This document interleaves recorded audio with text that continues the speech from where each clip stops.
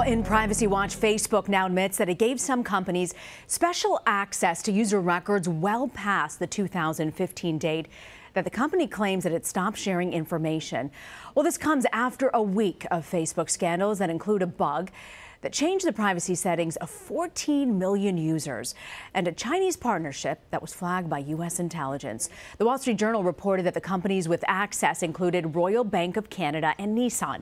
The information shared included phone numbers and data about how people chose who their friends are. And now lawmakers are calling for further investigation. Well, joining me now, senior writer for Tech Republic, Dan Patterson. Okay, Dan, can you give us a sense and walk us through the events of this week? There have been so many events this week with Facebook and privacy. So it looks as though Mr. Zuckerberg testified earlier this spring and said, hey, look, there were some privacy practices that we engaged with that we dialed back and that we stopped behaving in. And it seems as though there was actually a whitelist. Now, it's important to say whitelist because that's an explicit action. What does whitelist mean exactly? So a whitelist could be just like at home where you say, I want to allow X, Y, and Z to access the internet. If you have maybe child protection on some sort of internet filter at home, it's saying I want these things and not other things to come through. So a whitelist is an enumeration and an explicit action. So this data sharing, Dan, is this just standard operating procedure for all tech companies, or is this just unique to Facebook? Well, we're learning what standard operating procedure is for tech companies, and it appears as though it's far beyond what we've thought in the past. This is beyond what even other tech companies do, and what makes this a particularly interesting, I don't know about scandal, but a nugget is that, well, Facebook said, and they put on this full press that we're going to stop. We're going to hold the horses. And in fact, after 2015, we're not sharing with big companies. It turns out that that was, if not a bald-faced lie, just untrue. Senator Mark Warner, I spoke to him this week. He was also recently asked about the comments with Huawei, a Chinese company, and sharing of information that was flagged by U.S. intelligence. I want to play a clip from you for that. We've known Huawei has been a threat for years. Matter of fact, Huawei equipment is banned by the Pentagon, and I believe the British government has also not using that equipment anymore.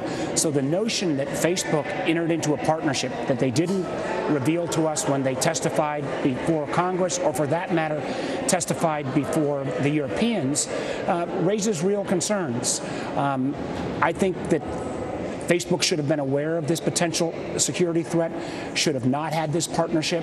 We've asked for the same type of a response from Google and Twitter as well. Senator Warner also told me that he wants to see Zuckerberg come back on Capitol Hill and testify. He wants to talk to him. So what do you think their consequences are? Will there be consequences for Facebook at this point? I don't know if there will be consequences. It's very clear that the company has their eye on the stock price and on pleasing their investors and advertisers, and less of an eye on history. The consequences may be less legal and more moral. We see that Facebook is not just a social network and not just a platform for connecting with other people. This is a fundamental piece of infrastructure that has been used and abused in democracies and to crumble democracies and other institutions around the world. So Facebook has their eye on their stock price. Fine, they're a public company, and it's their not just right but their responsibility to do that. They also have a responsibility to not just protect their users and the data of their users, but to make sure that the platform is not exploited for political purposes. So you're saying it's not just legalistic, there's a moral component to this too that they need to step up to as well. It's hard to deny that there is a moral component to this, especially when we look at like Sri Lanka and the U.S. election in 2016. I want to also ask you about this Pew report caught our eye. It's showing that the next generation of teens are leaving Facebook at a faster rate. 1 million users a year since 2014. What does that mean for Facebook?